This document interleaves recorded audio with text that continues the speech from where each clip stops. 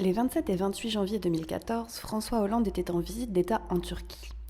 Il s'agissait de la première visite officielle depuis 1992. Entre le mausolée d'Atatürk, les repas officiels et la remise de l'ordre des chevaliers des arts et des lettres à la chanteuse Candan, le président a donné un discours à l'université Galatasaray d'Istanbul. Nous y avons rencontré Ece et Justine, deux étudiantes qui ont pu y assister. Il a dit l'amélioration de la démocratie en Turquie, on a vu ça les mois derniers et tout, mais il n'a jamais utilisé le mot Gezi ou les manifestations. Il a dit il a fait une référence en disant que c'était important que la société civile en Turquie soit capable de justement protester comme ça.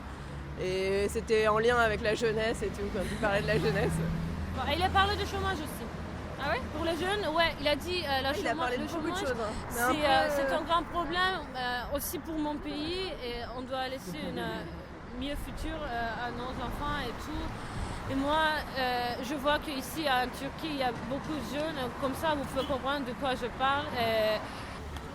Moi, je sais pas, c'était vraiment, il a parlé vraiment politiquement correct, tu vois. Néanmoins, cette visite n'était pas que symbolique. Les enjeux économiques étaient importants.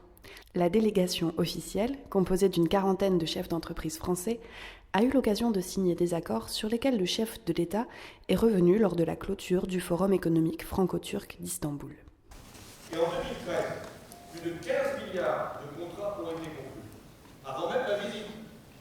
C'est vous dire ce que ça va être après la visite.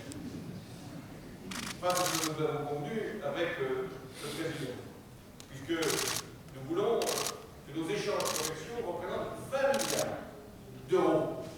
À un moment, il y a eu un problème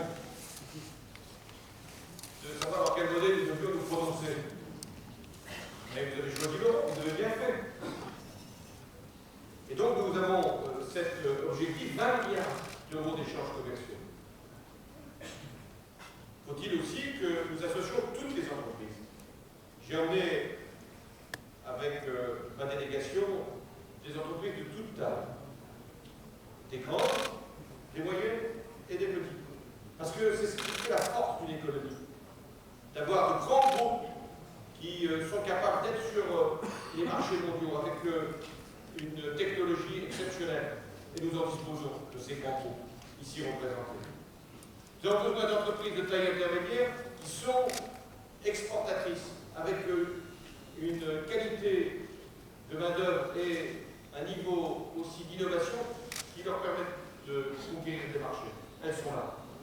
Et puis nous avons besoin de petites et moyennes entreprises pour les accompagner justement sur les marchés, et notamment ici